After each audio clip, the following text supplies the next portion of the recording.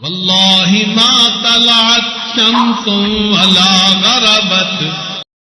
میدان احد سے ایک دن پہلے کی بات ہے، تیاری ہو رہی ہے. ایک دوست دوسرے دوست کو کہتے ہیں کل تو جہاد شروع ہو جائے گا، آؤ آج میں دعا کرتا ہوں، آپ آمین کہنا، پھر آپ دعا کرنا، میں آمین کہوں گا.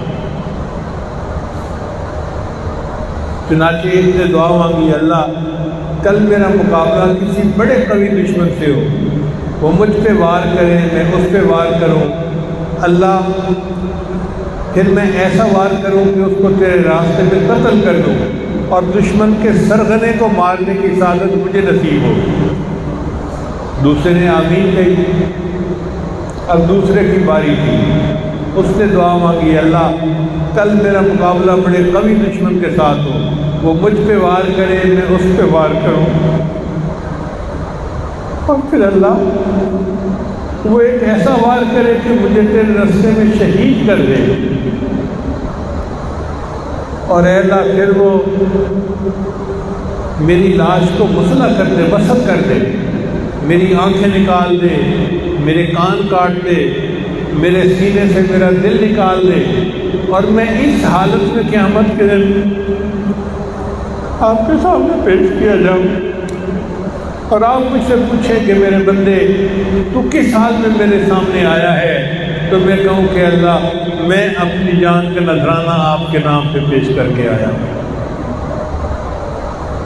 وہ صحابی کہتے تھے کہ جیسے تو آپ مانگی گئی وہ دعا اسی طرح ثابت ہوئی، مگر میں نے دشمن کے سرغنے کو قتل تو کیا، اور آج میں افسوس کر رہا ہوں کہ میرے دوست کی دعا میری دعا سے زیادہ بہتر تھی.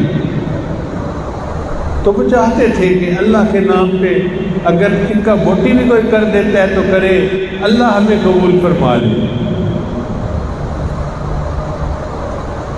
یہ سونا میرے دکھ وچ راضی تے میں سکھ نو چلے ڈاواں. اگر میرا یار میرے دکھ پہ راضی ہے تو میں سکھوں کو چولہے میں ڈالنے کے لیے تیار ہوں. تو اس لیے ذی الحجہ اور محرم یہ ہمیں قربانی کی یاد دلاتے ہیں. علامہ اقبال نے پوری صورتحال کو ایک شعر کے اندر سمیٹ دیا ہے.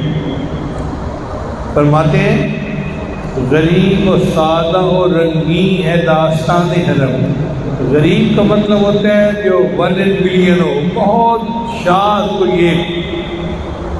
تو یہ داستان بہت انوکھی ہے، سادہ ہے.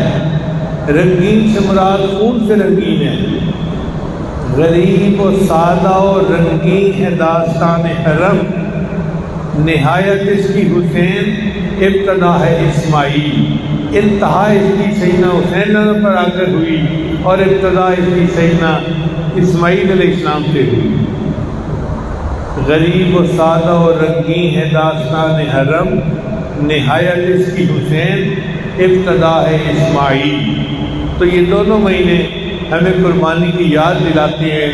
اللہ تعالیٰ ہمیں ایمان کی حرارت عطا فرمائے، ایسی محبت ہو کہ پروانہ شمع پہ قربان ہونے کے لیے تیار ہو جائے.